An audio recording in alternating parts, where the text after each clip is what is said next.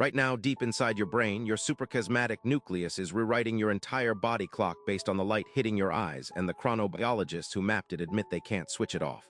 You can't feel it. There's no sensation, no warning. But it's happening as you read this. Call it your master clock, a cluster of cells the size of a grain of rice, sitting just above where your optic nerves cross.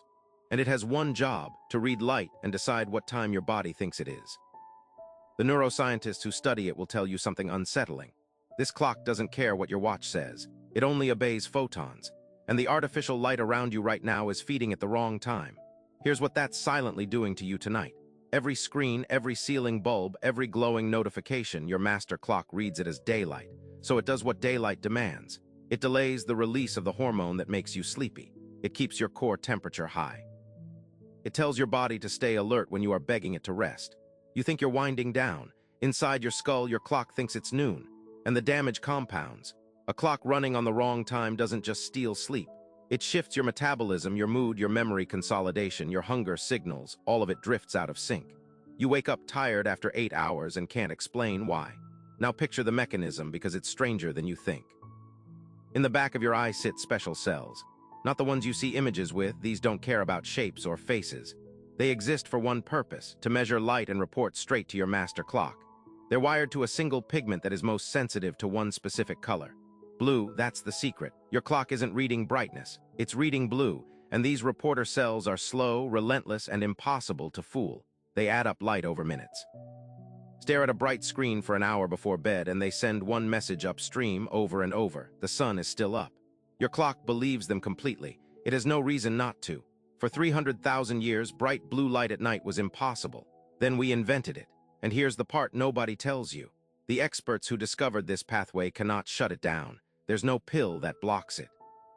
The cells report to your clock through a channel that runs underneath conscious control entirely. You can't think your way out of it any more than you can decide to stop your pupils from shrinking. Your willpower never touches this system. The neurologists know exactly which wire is the problem, and they have no way to cut it. So they tell you to avoid screens at night, and most people can't. So the clock keeps drifting.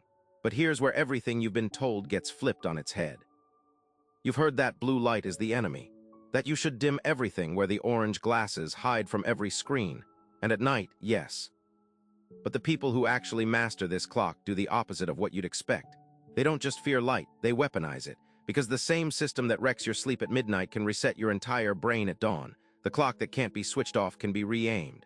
And high performers figured out that the problem was never light itself. It was light at the wrong time. They stopped running from it and started timing it. This is the rule almost nobody publishes. Your master clock is most desperate for information in the first hour after you wake. That's its window. Feed it bright light then, real, intense light, ideally from the sky, and you don't just wake up. You set an anchor. You tell that grain-sized clock with total certainty this is morning. And once it's anchored, everything downstream falls in line. Your sleepy hormone now releases on schedule about 16 hours later, right when you want it. The trick isn't avoiding light. It's giving your clock a louder, earlier, truer signal than the weak, confusing ones it gets all day. Morning light is so powerful it overrides hours of nighttime mistakes. The high performers aren't disciplined about screens. They're ruthless about dawn, and the dose is smaller than you think.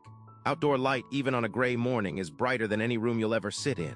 Your eyes just can't tell. They were built to compress the difference so it feels the same. It isn't. So tonight, do two things. Dim every light you can after sunset and pull the brightness on your screens down further than feels normal. Your clock is counting every photon.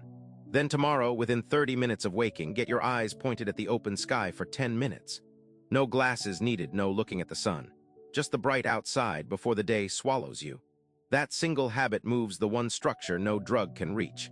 But your master clock isn't acting alone.